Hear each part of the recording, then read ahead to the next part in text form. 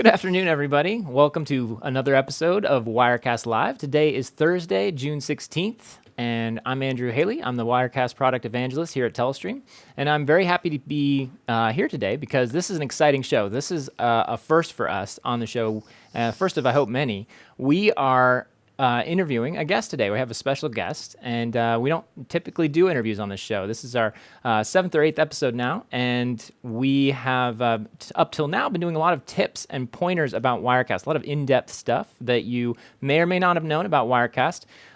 All this, of course, kicked off when Facebook streaming became available to Wirecast users and everyone, and we were very excited to do that. So we figured this was the perfect opportunity to start a weekly show where we can get on with you guys, our Wirecast customers or potential fans of live streaming, and just help share our knowledge with you, interact with you, take questions in a more informal way. Up till this point, we've done webinars on a monthly basis, and those tend to be a bigger event, a one-time thing. We do record them, but it's less opportunity. This gives us a more informal format and medium to share up-to-date information with you guys and things that may just be more helpful or may not warrant a full-on webinar, type of format. So without further ado, today's topic really is about cameras. We want to talk about everything you might need to know about selecting a camera, what kind of cameras are out there, how do they work with Wirecast, and what to look for when choosing a camera particularly to augment your live streaming workflow. And for that, I have called in the experts. Paul Richards from PTZOptics will be joining us today via our Skype talk show box from NewTek. So this is a very exciting opportunity to put this cool piece of equipment to work. It's a very nice way to bring in remote callers, and we are joined today, right now, by Paul. He is coming to us from Pennsylvania and Philadelphia. So Paul, welcome. Thanks for being here today. Hey, thank you, Andrew. Hi, everyone watching live. I'm happy to be here. Yeah, we're really excited to have you. As I said, this is a first for us on the show, and it took some technical finagling in the background, but I think we've got this all working, knock on wood, and everything's going smoothly, and you won't drop out on us during the call. But if that happens, we can always do this again next time. So, Paul, that aside, let's just start by giving people a little background on PTZOptics. Who are you guys? What do you do? And what's your role there? So I am business development here at PTZOptics, and we are located right outside Philadelphia, and we specialize in pan-tilt zoom cameras. I have a couple here I'm going to show everybody. Right. But they're basically live streaming cameras that work great with Wirecast, and they help you pan, tilt, and zoom, and really allow for a single operator to have multiple pan, tilt, zoom, multiple views with a single camera. Yeah, we actually have one of those in the studio, and I can demonstrate that a little later for folks if they want. We love it. We think it's great. We actually announced partnership with you guys some months back, I think last year or beginning of this year, and I think one of the things we found is that Wirecast customers are really, really excited about your particular types of cameras. So I'm happy to give you an opportunity to share kind of what makes them different or unique than other types of cameras they might be shopping for, or the types of features that people should consider when looking around. So how long have you been at PTZOptics in doing this job, and how old's the company? Sure. So the company was started in 2013. So that gives us about 3 years of industry experience. And the company's really grown very quickly. We were in the innovation centers at Infocom and NAB, a few years back. And now we have a huge booth showing off Wirecast 7 just last week at Infocom, and a new auto tracking camera and a whole bunch of cool stuff. Hopefully I'll be able to show you guys just a couple of the things we're doing.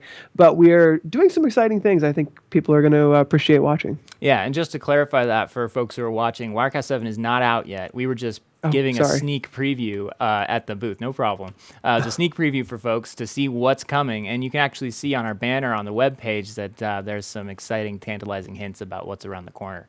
So definitely a lot more on that coming soon. But for now, yeah, it's your company, PTZOptics. I just hear rave reviews from everyone who uses your products and finds and uses your cameras. So I hope that people watching this, eventually kind of find you and find what they're looking for when shopping for a camera. But maybe we should back up a step and kind of talk about cameras in general. So what kind of cameras are there? There's a lot of different kinds of cameras out there, right? It seems like everything these days has a camera on it, right? From your phone to your child's toy in his bedroom. So like what types of cameras are there, and what types of cameras should people think about when setting up a live stream? Sure. So I think that a way a lot of people look at cameras is by the connection type. So there's USB cameras, HDMI cameras, IP cameras, and all of these cameras usually can very easily be ingested into Wirecast and used as your live streaming camera. Where PTZOptics comes into play is where you want something that can actually pan, tilt, and zoom. And what that allows a single operator to do is to have 4, 5, maybe 20 different views with a single camera. So if you put 1 or 2 of these down for your live streaming event, now you can switch between, potentially hundreds of different presets, and by just a single camera or maybe 2 cameras, it might look like you have 10 or 20. Right, you can optimize and things like that. So it's almost like you are automating the cameraman process. You're not no longer having to have a manual person there. You can kind of control it with presets. If you know you're going to do a certain number of angles, you can program the cameras to do that. So that's a really important feature as far as the manual operation. Do you have someone to run a camera? What's their experience? Or do you need something that, one person can run 2 or 3 cameras through an automated process like that? And I think we'll get a little more into the types of camera control systems that are out there towards the end of this interview. But what types of features besides operation should you look for? Let's talk what about lenses, sensors. There's a lot that goes into making a good camera, and maybe we should talk about what differentiates a bad camera from a good camera. Like why is the $100 webcam so much worse than say a $2,000 high definition SDI camera that that professionals use? Yeah, so really when you get into the professional live streaming and broadcast industry, a term that a lot of photographers know of is it's all about the glass. So the optics are really one of the most important things because CMOS sensors, the sensors themselves, normally max out at around 1.3 megapixels is what our cameras have, and it doesn't become as important as the actual optics because we're not really doing 4K live streaming. 1080p live streaming might even be a little bit unrealistic. 720p is a good standard. And so like the actual megapixels and the resolution is important, but it really isn't as important as the actual optics. That it doesn't matter what sensor you have or what resolution you're using. It all starts at the beginning at the glass in front of the lens. Interesting. So a lot of people think that a larger sensor is going to help them, but if the sensors, you're basically saying if the sensor is not, the sensor is less important, even a decent sensor or maybe not as large of a sensor is still not going to have as big of an impact as the type of optical system and the glass and the system and the quality of the lenses that are capturing the light and delivering that image to the sensor. Yes, exactly. It's kind of like, you put the best foot forward with the glass. Now, you can spend hundreds of thousands of dollars on glass made in Germany or Japan. And one of the things PTZOptics has done is we've kind of looked for the best value, to value per price to make an affordable product.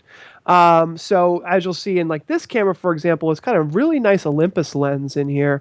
So it's not the most expensive Japanese lens that you could purchase.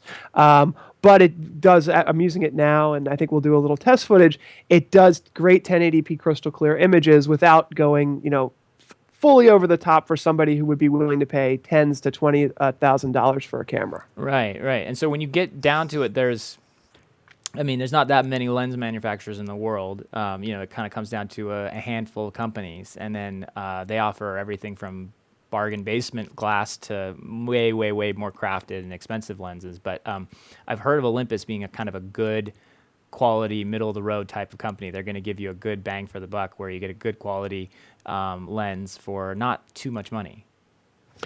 That's what our engineers are always working on, and we get all these feature requests. Can you do 4K? Can you do this or that, the other thing? And we're saying, yeah, we will when the prices are affordable and the market can accept something like that. And we get feature requests all the time for things that we're saying, yeah, we want to do it, but do you really want to pay $500 more for every single camera that you buy? So we try to find that middle ground. Yeah, that's a really good point. One of the things I think you guys are known for is a very competitive price for the features. So it seems like you're very conscious of that. And that's part of, I think, why you've seen the success that you've seen, because people are getting great results, but they're not having to break the bank to do it. So that's very cool. So it seems like if we had to weigh the two, you want to consider a better piece of a better glass lens over the sensor. Obviously, you need a camera necessarily. You're going to get better results if a camera has the room to put a lens on it, right? So a webcam, for example, is going to be a mirror lens or something. It's basically there's almost no depth of field, no focal barrel or whatever that you typically would see on a larger camera, and that has a huge effect on the quality of the image as well, right?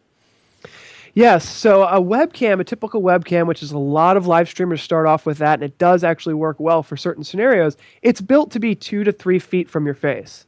It's supposed to be, right on your laptop, or just so there's a very small focal range. Whereas with a PTZ camera, the focal range can actually change as the optics are zooming in and out. And it generally has a larger focal range. So when you're fully zoomed out, you could have someone in focus, 20 feet away, and then a full stage of, people on a stage, for example, that are all in focus. Whereas opposed to if you really wanted to get a tight shot when you're fully zoomed in, the focal range will be shorter, but you'll be able to be zoomed in tightly to the thing that you want to zoom in and focus on. And then for those who really care, normally most of our customers use autofocus, so whatever you zoom into is what will be in focus. But you can actually turn that off and kind of fine-tune the focus. Maybe you want to have an artistic effect and have something out of focus and come into focus and things like that. But in general, people are using autofocus, and the ability to actually change the optics and zoom in with the optical zoom allows the focal range to change and adapt to what you're zooming in on. Got it. So, and when you talk about focal range, you're really talking about the things that are in focus that the camera, that aren't blurry or washed out in the background or in the foreground. So it's the area of the scene or the image that the camera can focus on and bring clarity to. Okay. Yes. And that, there's an old saying when you, I don't know if it's an old saying, but when you are shopping around for a car, you kick the tires. When you are looking for a puppy or a dog, you should, my wife is a big animal lover, and she has like a series of tests that she runs on dogs. Particularly, we like rescues, but you don't always know how they'll react to small kids or things like that. So she runs a series of tests on her, on any animals that we consider bringing into the home. What are the types of tests, or what are the types of things people should run or look for when they're testing out a camera? Sure. I think number one is probably compatibility with your system. So if you're using a Mac or a PC, they can be slightly different. The thing that I would think about most is, for a lot of our customers, and for me personally, I like USB. I like to just plug it into my computer. It just makes sense to me. I'm not using any capture cards or running HD SDI. Now, some people do that, and everyone has a different workflow. But I would say compatibility and connectivity. So the compatibility would be, does it work with my system? Is USB the best way because I have a MacBook Pro and I want to just plug it right in and, start streaming from there? Or do I have a broadcast switcher and I need HD SDI? So connectivity is like the number one thing. And then does it actually have the correct zoom capabilities or field of view that you need? So a lot of times, if you're in a classroom, for example, you might need a really wide angle shot to get everyone in the classroom, wall to wall in that shot that you're looking for. So we actually have a tool on our website. It's available at designer.ptzoptics.com, and it allows you to select the room size, whether it's a classroom or a conference room or an auditorium, and then put down the cameras. And what it does from a top-down view is show you a triangle, and that triangle is the field of view. So from side to side, you can say, okay, well, this is actually going to get everyone that I'm looking for in the view. And then there's a smaller triangle that shows you the fully zoomed in field of view. And that's important to say, well, do I want a head and shoulders shot of my CEO that's doing a presentation, 50 feet away? And it allows you to kind of gauge whether or not there's enough optical zoom, and then fully zoomed out, am I going to be able to see like a wide enough shot to capture everyone that I'm looking for? Got it. Got it. So those are good things to think about. Your, connectivity, compatibility with the system. I mean, obviously, in theory, a camera, is going to have a certain type of outputs. Not in theory, in practice, it's going to have a certain number of outputs, whether that's HDMI or HD SDI, standard definition, or USB, as you say, or if it's a streaming camera, it can go over the network. There's different ways the cameras can get their image or their signals to the system where you need to capture that image. And if your system is a switcher with only hardware inputs, I've talked to customers that have ancient, S-video switchers or RCA switchers, and they need RCA signals to get their, and they're dying because none of the new cameras really accommodate that.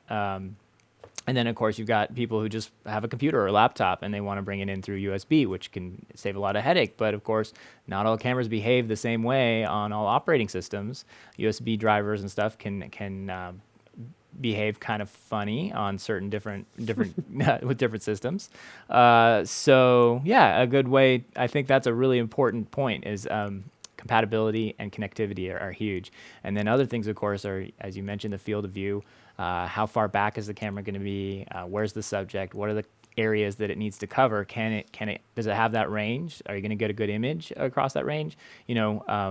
One thing that was a big deal for a while was on older cameras, and even now I think with apps and things like on your phone that don't really have a real zoom, those types of cameras, but you can do what's called a digital zoom, which is really just doesn't actually get the camera lens or change the optics inside the camera. It just blows up the digital image and makes it way more fuzzy and pixelated. So it's like a fake zoom. And obviously you don't want that if you really need, if zoom is a big deal for you and you need to go a long distance and come back out. You want a physical camera that's got the capability to do that. So great points there. Thanks, Paul. All right, so what should we cover after that? I think we've covered types of things to look for in a camera and things that are important, what separates good cameras from bad cameras. I'd also like to throw in like lighting into that, right? So cameras handle light sensitivity differently. Sensors do have a role for sure. Can you talk a little bit about light sensitivity in cameras? Is that something that you're comfortable speaking about? Yeah, so there's a standard specification for cameras that's called the lux rating, and what that is it's how low the lighting can actually be to still capture, to take full advantage of the sensor. We actually have fairly good lux ratings of 0.5, and that has to do with the foot candles that are in a given space. So there's foot candle meters you can take to a stage or a given place and actually take a sensitivity level to the lighting. And I've been told that our lux is very good in the industry. Obviously, you really do need good lighting. One of the things I will say for anyone who's kind of doing it themselves or setting up a small, one-man broadcast on a small budget is when we started our live streaming, we bought 2 lights from Amazon that were like $100, and it made a huge improvement to have. I think there's a key, a fill, and then like a background light. That's kind of like the minimum you want to do for a professional broadcast, and it makes a huge difference. Mm-hmm. Yeah, I think it does. Lighting, I've noticed, will take a bad camera and almost make it a decent camera, and it'll take a good camera and it can do the reverse. It can take a good camera and make it a terrible camera, and then of course it could take a good or a decent camera and make it a fantastic camera. So I don't want to undersell that. You can add hundreds of dollars to the value of the camera that you bought, or take away hundreds of dollars with the quality of your lighting. That's a big deal. And I think lighting is tricky. We still struggle with that. Even in the studio here, we are still adjusting things. We don't have it fine tuned, the way I would think. I think from day to day, I'll come in and go, it's not looking right, even though nothing's really changed. Maybe it's just the color of my skin or something. It's, I'm either different from day to day. Who knows? All right, good points about that. All right, so what should we? Let's talk about camera control and Yes. camera control options, and then I'd like to go a little bit into IP protocols and camera protocols. And what are the different ways that you can control or automate control over a camera? Can you speak a little bit about that? Yeah, and I have a joystick here that we can show as well. Yeah, we can go to a through wide shot document for that if camera. you want. So we can switch to that if you need a little more view here. Whenever we go to that, Okay. I'll show that off. Okay. Because so basically we have a lot of different ways to do control, and one of the most intuitive ways in my opinion is a joystick controller. Joysticks are really easy because everyone's used one, whether it was at an arcade or at some time. You kind of know what a joystick is and how to use it. For someone who might not know exactly, for like let's say a church, for example, who has to work with a lot of volunteers. If you've just got a joystick controller plugged into the camera and you tell them, hey, I just need you to zoom in, it's super easy, and it's just intuitive. Right. We have two different types of joysticks. One is what's called an RS-232 cable, which is a Sony Visca connection. So that's just a very standard connection. It's an RS-232 cable. You can run it hundreds of feet. And then we have an IP joystick, and that IP joystick actually uses a protocol called OnVIF, and that goes over the network. And the nice thing about that is now you don't have to run cabling back to wherever you are. You just plug the camera into the network, plug the joystick into the network, and anything in between is just, your network switches and everything. So it's very easy to get that cabling done. The other thing we have that I think we're the only company in the industry doing right now is we have open source control software. So a lot of people like open source. If you're at all techie and you want to kind of take the open source control software and build it into your own program or make it do exactly what you want to do, all the controls are open source, and we've had that since day one, and we have tons of developers who are submitting what they've created and saying, hey, isn't this cool? Does anyone else want to try this? Or, hey, do you want to try that? So we have a cool little community of open source developers as far as control software. An IR remote is probably the most popular. You can set presets on this. You can control up to 4 cameras, and it's really super easy. And then with the IP stuff, you can actually do almost anything you want. Okay, it looks like you're giving me my... Yeah, we're going to switch to a full view for you. So I have a joystick here. So here is my joystick, and I've got control of this camera right here. So it looks as though this is my joystick there. And then I also have a couple slides. So here's a couple cameras, for example. But yeah, there's joystick control and a few other things, but that's one that we've thought's been really popular. It looks like my camera feed dropped on me. Oh no. Okay. We're still getting a feed here. So my joystick. Okay. Or I guess this is a document camera. Let's see if that pops back up. Okay, there we go. Here we go. So this is my joystick here, and I can control up to like 200 cameras with this. Oh wow! And just show this camera here, right under there. Maybe it'll look better like this. There is a RS-232 up and in and out, so you can actually daisy chain them. Gotcha. So you can put one camera, and then you don't have to go right back to the joystick. You can just go from one to the next, which is kind of nice. Oh, that's handy with cabling. And then you can see there with that IP connection there, that has been super great for controlling because you don't have to run cables all the way back to your space. You can just put it right there. Yeah. Which is kind of nice. And since you gave me the full screen view, I'll introduce you guys to our little. This is our chief streaming officer here. He is in charge of all of our live streaming events that we do. I see why you want to put him in charge.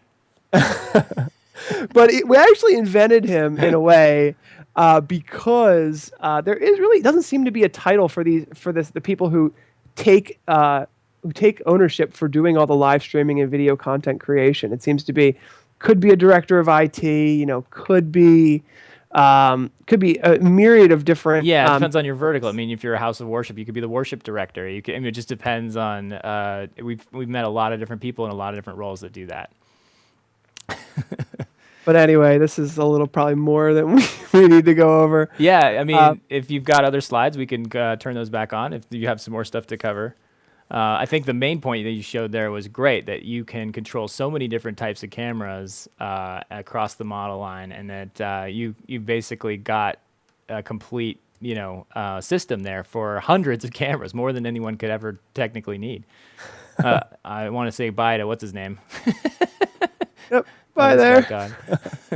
You don't have an official name for him yet? We're calling him the Chief Streaming Officer. The Chief Streaming Officer. All right. See you later. See you, Chief Streaming Officer. So what's this graphic here? This is kind of how you guys break out some of the products that you offer across feature to price? Yeah, exactly. So this is that we have 4 models, and they're available in gray and white. And they start at $15.99 and go up to $17.99. And I feel like it's fairly simple because there's 4 models. So there's a 12X and a 20X. And then it's either USB or HD SDI.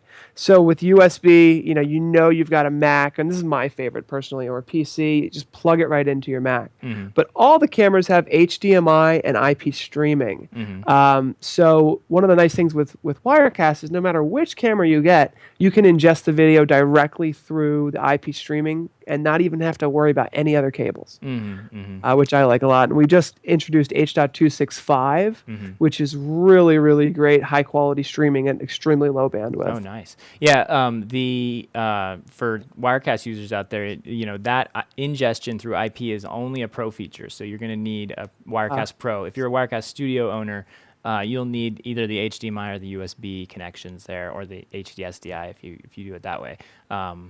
But yeah, for anyone who or you can upgrade to the Pro version and you can bring it in through the network. So very cool, Paul. Very cool. Yeah, so I have a few more slides, but we also have an auto tracking camera coming out soon. That we were showing that at InfoComm. It'll be coming out in July 1st, and that will actually automatically track a given face. So that's nice for a lot of classrooms or a lot of churches where they just wanted to follow a certain person around. They don't have to hire a camera operator. Is that is it face tracking, or is it going to be more of a like you hold a beacon or something in your pocket? So the nice thing is as far as I know, this is one of the only facial tracking, purely facial, no beacons, no stuff like that. And then you can have multiple profiles. So if you get one profile for Joe, one for Betty, one for Melissa, and then you just tell it which one to track, and it should fully track the person. Awesome. That's cool. So that's not out yet.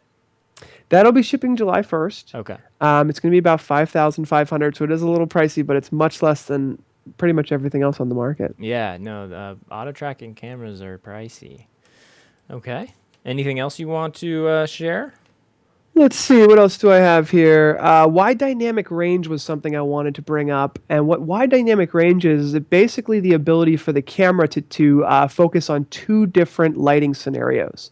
So if you have a tricky lighting scenario where there's backlighting, maybe a window or something, or even sometimes like a real television, can kind of, I don't know if you've ever tried to have a camera on a TV, but sometimes the person in front of the television or something has some issues. Right. So with wide dynamic range, what it does is it takes it takes both of those, it's a foreground and a background, and actually accommodates for both of them in a single scene, kind of like HDR if you've used that with your iPhone. And it just makes the image look a lot crisper and clearer. We just built that into the cameras. That's really cool. Yeah, that's not even something that I considered when when we were talking about camera features. Very neat. Okay, well, you touched on the IP camera discovery, but how does that work? Talk about, if let's say we want to just avoid capture cards entirely and we want to just focus on IP cameras and bringing streams in over the network. What should one consider? Obviously, that's compression. That's compression signals. That's the camera's ability to serve up streams and frame rates at certain sizes. It's the processing inside the camera. what are the types of features and things that people should look at or be aware of when considering an IP camera? Yeah, so it's been interesting to work with a lot of the Wirecast customers who just want to go all IP. They don't want to have to worry about having a bunch of connections to a computer or a laptop or a broadcast switcher. They just want to run everything through the network. And a lot of times, as long as you have a dedicated network, and we can talk about a congested network too, but a lot of times, like if it's a church or a school, they actually set up a dedicated network for these cameras. Network switches are extremely affordable now, just a couple $100s. And basically, we can just stream all the video and audio. We have an audio port on our cameras, potentially, if needed. But normally we don't handle the audio. Normally we're just streaming all the video back to Wirecast, and then Wirecast handles the additional, audio microphones and everything. So we have 3 different ways to compress or send uncompressed video. So we have H.264 and H.265. H.265 is much better than H.264. When it comes to video tearing, a lot of times with motion, you've probably seen that when you've watched like a YouTube video. They're moving over to VP9, which is very similar to H.265, but you get much better quality, especially with moving objects and things of that nature. So we support H.265, and we also support MJPEG. So the difference here is that MJPEG is completely uncompressed. So it takes up a lot of bandwidth, but if you have a dedicated network, that's usually not a problem, and bandwidth is becoming more and more available, especially on local area networks. So technically, for a Wirecast customer, kind of the takeaway is that you can plug your camera into the network, automatically discover it in Wirecast, and control the camera over the network. So it might be the only thing you need. Interesting. So with H.265, actually, I don't think we've implemented H.265 compatibility into Wirecast or the encoding ability. But have you noticed with your customers there's no issues bringing in H.265 streams through the WebStream plugin? It is an issue, and that's why we do have backwards compatibility with H.264. It's built in to be a future-proof solution. That's definitely where everything's going. It's where things are going, but we couldn't remove H.264 because there's really not much support for H.265 yet. Right. I mean, one of the things about H.265 is it's a more complex compression algorithm. So the CPUs that would be decoding them, or the GPUs and so forth, need to have their game stepped up for that. And in order to be compatible with computers that have been out for the last 4 or 5 years or whatever, most of them, I think, are going to be much more comfortable with an H.264 decompression rather than, say, an H.265 one. I'm not the expert on this by any means, but I believe that's kind of why we've also waited a little bit, because modern hardware isn't quite ready for it. Yes, that is completely true.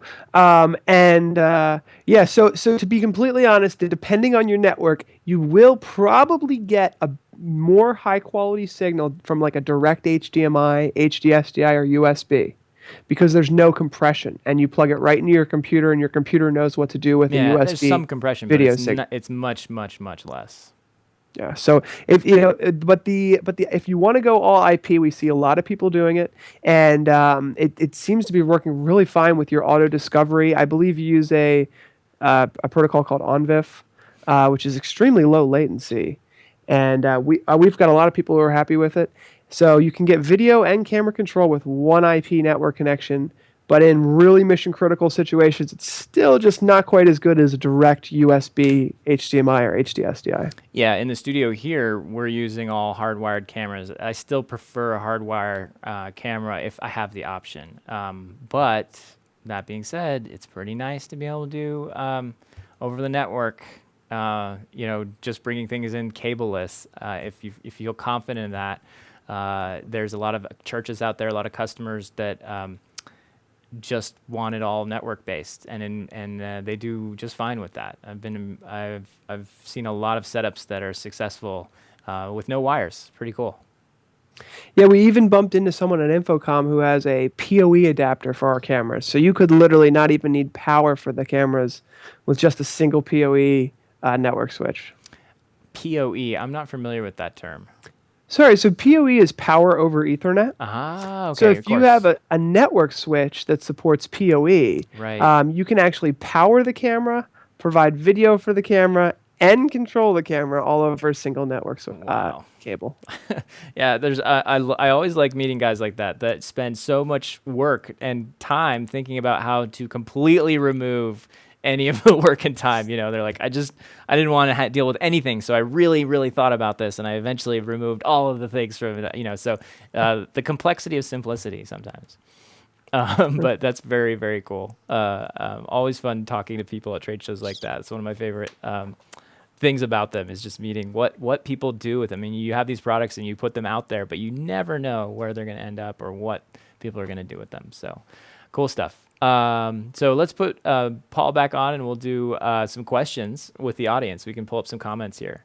And then Paul, if you have some time still, we can take some questions. Yeah. All right. Yeah, I'd be happy to. Great. If you want, you can go to the Telestream Wirecast Facebook page and just pull up the stream here. You should be able to see it. And it looks like we've got some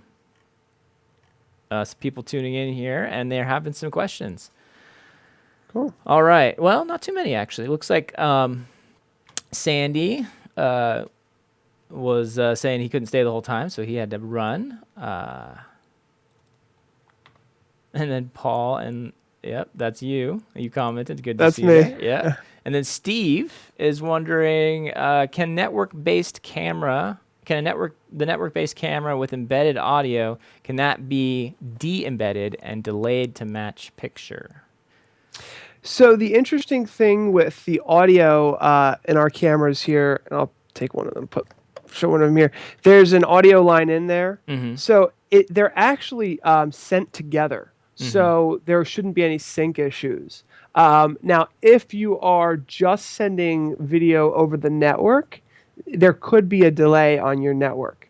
That's why when using HDMI, USB, or SDI, there'll be no latency at all.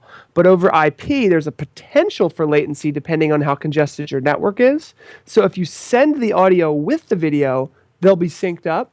But if you have them separate, there's a potential that you could have, an unsynced video and audio feed. Mm-hmm. We don't actually have a solution for that potentially. I don't know if Wirecast does. Yeah, we actually stay tuned. Wirecast 7. There's some cool stuff coming in that should help with that.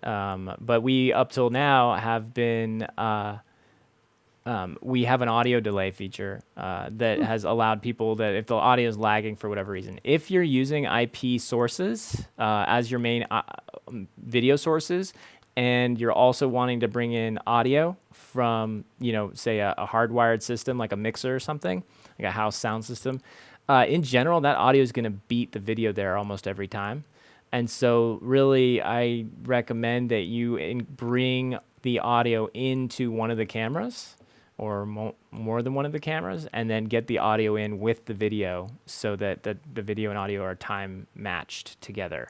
And that way the compression should come in and hit it all together. So your audio won't be behind or ahead of the video. But yeah, that's the danger with IP sources. You generally, that compression, transmission and decompression can usually add anywhere between a half a second to 1 to 3 seconds, or depending on network. So tricky, but it can be done. I try to embed the audio at the source of the video. Good question, Steve. Paul's camera, not sure. Okay, so Sandy, you're back, looks like. Can you give a brief overview of the affordable 3-camera setup for streaming a live music event?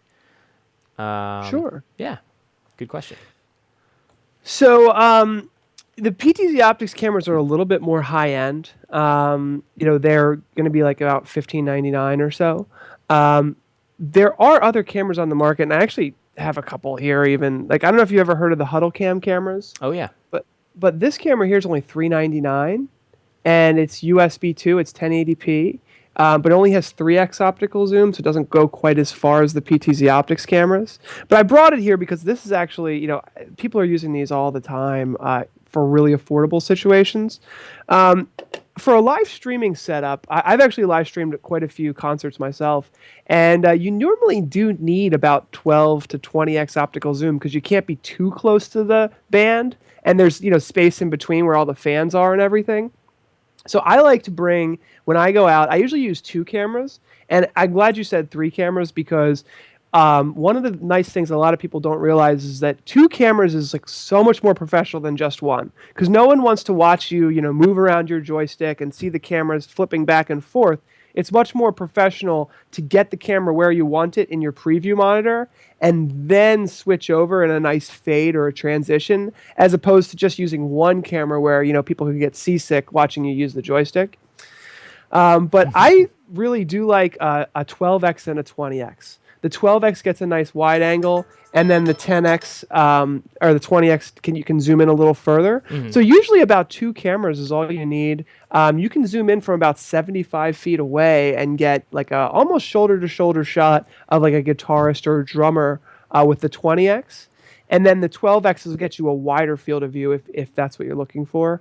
So the question usually becomes, what source are you looking for? If it's USB 3.0, I do a lot with just my computer. So I'll bring my computer out with Wirecast on it, have one USB 20x over here, one USB 12x over here, and then just bring them both into my computer. And then somebody usually has like a mixing board, like an audio mixer with who knows how many microphones. And what you do is you just make friends with the audio guy. You just tell him, hey, would you mind if I took an audio feed off your board? And try to be handy with like a USB converter. So whether it's an XLR USB converter, I'm using one that is really nice here. This is $120. It's a Focusrite Scarlett IO. And yeah, those are great. These are just super great. It's $130. You can either take two XLRs or 2/4-inch inputs. So pretty much anything anybody can throw at you, you can convert to USB. So the audio is really more tricky than the video. Yeah, one danger to watch out with USB converters like that, at least that we've run into, is sometimes they're prone to interference. Sometimes, so we can pick up if there's a lot of electronics or signals in the immediate vicinity of the computer, it just seems to pick up. It's probably not a big deal, but just watch for that. Other ways to do that would be to take that board output and again put it into maybe a different kind of interface card that's prone to, at least is going to remove a lot of that signal noise. So be aware of that. We in the studio here had just a little USB adapter. It was a cheap one. Nicer ones have less of a problem with this, but it was just picking up all the lighting. It was picking up other capture cards. It was picking up cameras and all that stuff, and just you could hear it in the silence of the the room. So what I ended up doing was I routed all my audio. I took my own advice. I routed all my own audio out of the board and then through a capture card that this camera is actually coming into too. So now all the board audio comes in with the camera audio. And that we found has removed most of the noise, which has been good. So definitely challenges, but one of the, I think your point that you don't necessarily need three cameras at a concert. You need a good wide shot, and then you need a mobile cam or one that has multiple setups, and you can just switch between the two and get the close-ups you want. Three cameras can be nice, obviously, because you can cover two performers and go between them as, a little bit more without having to jump back to the wide shot every time, which is always like an A-B type of pattern of switching. Good questions. Okay, let's take a few more, and then we will we'll wrap it up for today. I want to get you home. I know you're on East Coast time, so it's getting late there. Thanks for sticking around for this. This pleasure. Has been really great. Okay, so a few other questions here. Jeff Nelson says he uses a DSLR camera on Wirecast for live streaming. And can you talk about DSLRs versus, say, a video camera? Yeah, I mean, from what I understand, digital SLR cameras are mainly meant for photography. Mm-hmm.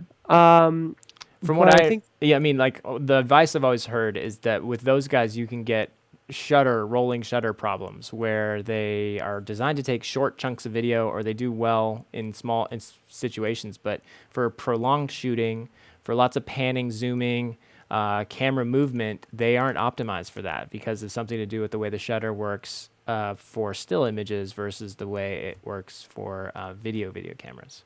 So if you're going to primarily shoot video, I've heard the rule is go with a camera that was designed to do it. DSLRs are awesome for what they do, and but there's some limitations to them.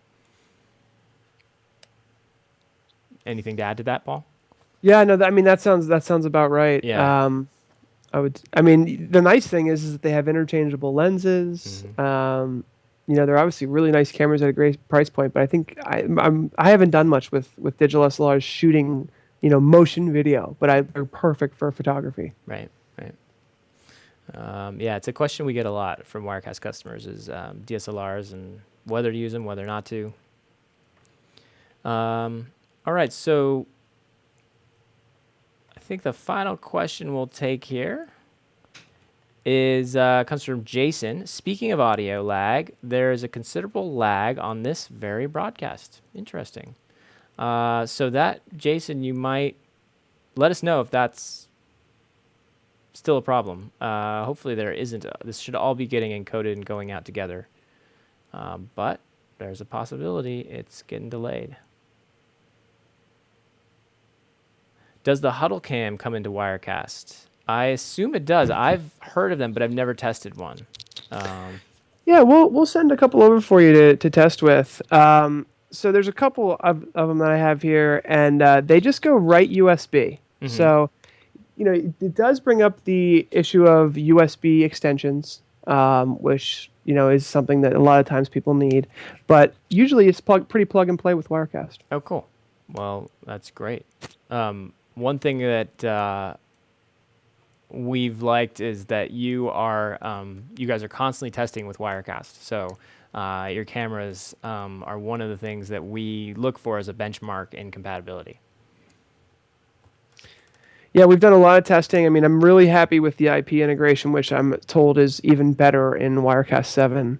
And one of the pairings that I like with Wirecast is there's something called an OnVIF device manager. It's just a application that you can download that allows you to do pan tilt zoom control. Mm-hmm. So a lot of times when I use Wirecast, I've got that on the side for my pan tilt zoom. If you don't have a joystick, and then Wirecast just ingesting it right over the network, or like we talked about earlier, all the other Device options. Manager? Yeah, it's called OnVIF Device Manager. It's a free app for pan tilt zoom of all the PTZOptics cameras. Sweet. Okay. Well, I think people should check that out. All right, Paul, is there anything else you'd like to share? Where can people find more information about you guys? PTZOptics.com, all one word. We have live streams every Friday, and tomorrow's live stream is going to be who is your chief streaming officer? We're going to talk about the job descriptions for this title that I feel like is really emerging, but no one's really calling it the chief streaming officer. It might be the assistant director manager, the audiovisual director or something. But it seems to garner a full-time job, in my opinion. As you know, Andrew, I'm sure. I'd say that's my subtitle here, right? I think you're coining a phrase here. This is going to be a movement. So it deserves. It is a full-time job, whether you're doing it just a few days a week or whatever you're doing. But if your company is really benefiting from live streaming and on-demand video content creation, we're seeing. We saw a couple people at Infocom. They said, "Hey, I'm the chief streaming officer." So we're telling the world about it. I think it's going to be a fun webinar. Awesome. Well, we'll try to tune in. What time is that again? We do 2 p.m. Eastern, which would be 11 a.m. Pacific. All right, 2 p.m. Eastern on the Facebook page, which is facebook.com/PTZOptics. That we don't live stream on Facebook. We live stream on YouTube.